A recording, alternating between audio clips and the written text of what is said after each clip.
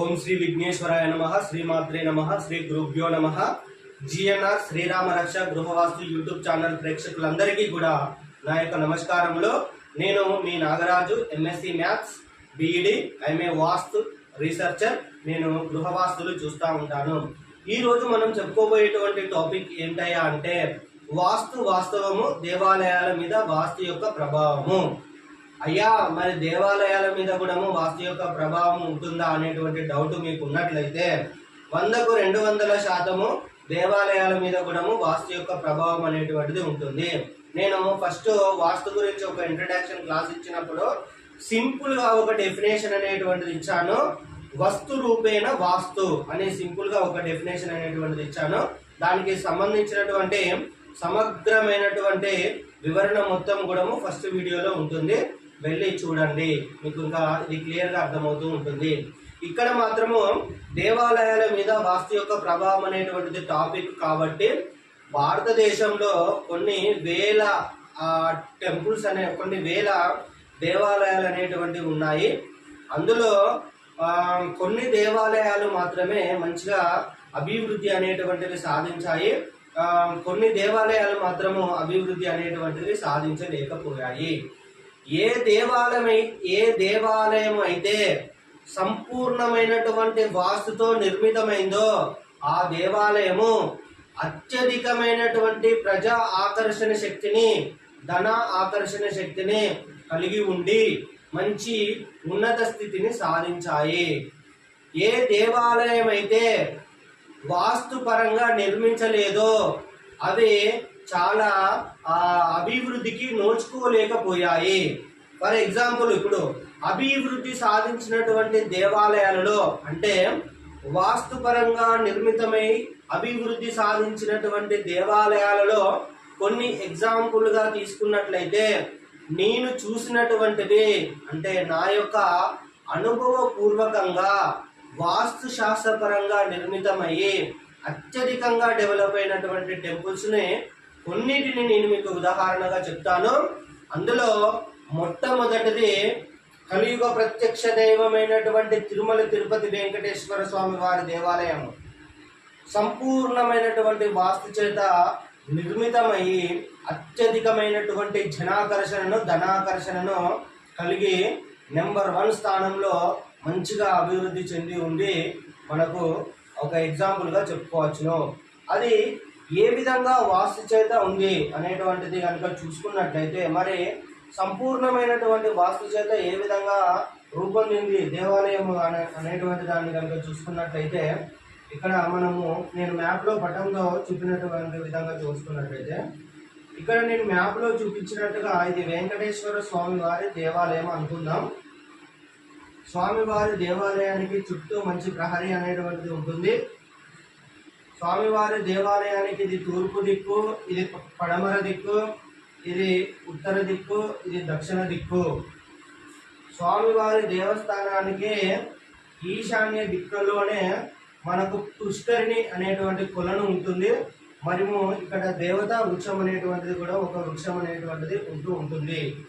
అదేవిధంగా స్వామివారి దేవస్థానానికి అత్యద్భుతమైనటువంటి దక్షిణ ఆగ్నేయ వీధి చూపు అనేటువంటిది ఉంటుంది. ఈ దక్షిణ ఆగ్నేయపు వీధి చూపు ఉండడం వలన ధనధాన్యాలు అనేటువంటివి లభిస్తూ ఉంటాయి, సంపదలు అనేటువంటివి లభిస్తూ ఉంటాయి, జనాకర్షణ అనేటువంటిది ఎక్కువగా ఉంటుంది, ధనాకర్షణ అనేటువంటిది ఎక్కువగా ఉంటుంది. అదే విధంగా స్వామివారి దేవస్థానానికి దక్షిణం నుంచి పశ్చిమం వైపు వెళ్ళిన కొద్దిగూడము ఎత్తైనటువంటి కొండలు అనేటువంటివి ఉంటాయి. ఎత్తైనటువంటి కొండలు, గుట్టలు అనేటువంటివి ఉంటాయి, పెద్ద పెద్ద వృక్షాలు అనేటువంటివి ఉంటాయి దక్షిణం నుంచి పశ్చిమంకి వెళ్ళి. నెక్స్ట్ అదే విధంగా స్వామివారి దేవస్థానానికి తూర్పు దిక్కు నుంచి ఉత్తర దిక్కు అనేటువంటిది, తూర్పు దిక్కు వెళ్ళిన కొద్దీ, ఉత్తర దిక్కు వెళ్ళిన కొద్దీ చాలా పల్లము అంటే డౌన్ గా ఉంటుంది. మరి నేను ఇక్కడ పూర్తి ఎక్స్ప్లెనేషన్ అనేటువంటిది మీకు చెప్పట్లేదు. ముందు వీడియోలలో ఏ దిక్కులో బావులు ఉండాలి, ఏ దిక్కులో బోర్లు ఉండాలి, ఏ దిక్కులో నీటి సంపులు అనేటువంటి ఉండాలి, ఏ దిక్కులో ఎత్తు అనేటువంటిది ఉండాలి, ఏ దిక్కులో పల్లం అనేటువంటిది ఉండాలి, ఏ దిక్కులోని బరువులు అనేటువంటివి ఉండాలి అనేటువంటి విషయాన్ని గురించి నేను ముందు ముందు వీడియోలో సంపూర్ణమైనటువంటి విశ్లేషణను ఇస్తాను. ఇది జస్ట్ ఒక ఎగ్జాంపుల్. అంటే వాస్తు చేత నిర్మితమైనటువంటి దేవాలయాలు ఎటువంటి అభివృద్ధి చెందాయి అనేటువంటి విషయం గురించి మనకు టాపిక్ కాబట్టి వెంకటేశ్వర స్వామి వారి దేవస్థానము సంపూర్ణమైనటువంటి వాస్తు చేత నిర్మితమైంది కాబట్టి డెవలప్ లో నెంబర్ 1 గా ఉంది. అదే విధంగా మనం ఇంకొక ఎగ్జాంపుల్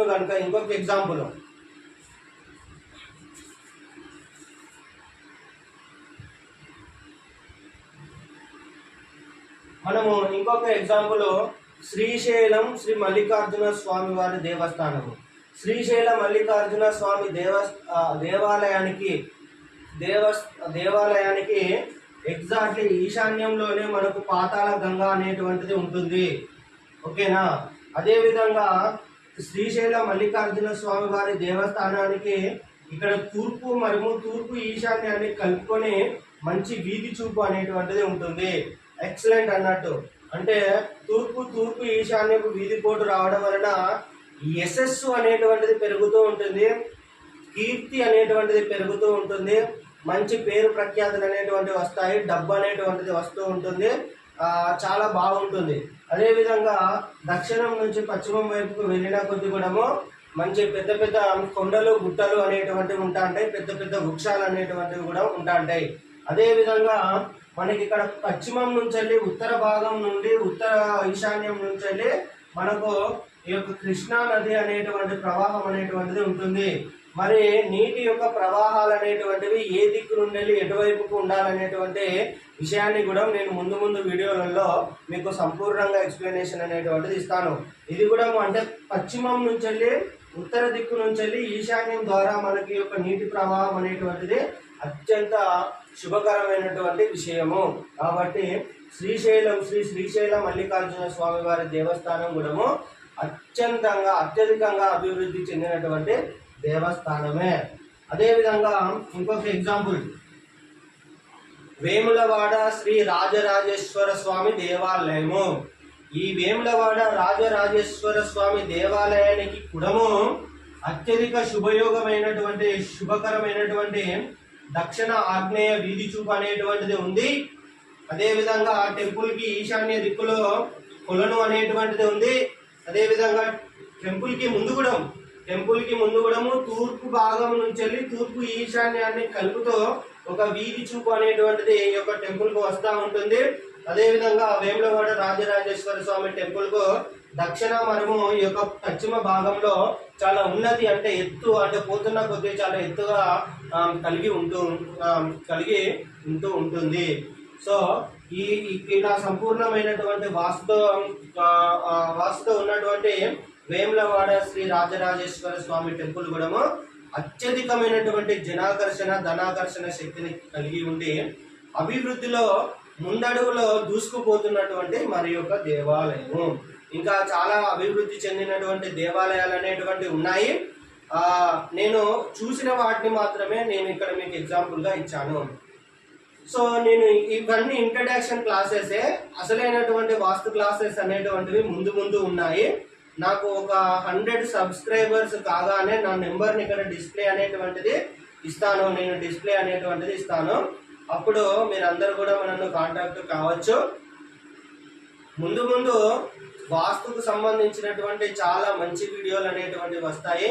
కానీ నాకు ఒక 32 మంది సబ్స్క్రైబర్స్ మాత్రమే వచ్చారు ఇక్కడికి.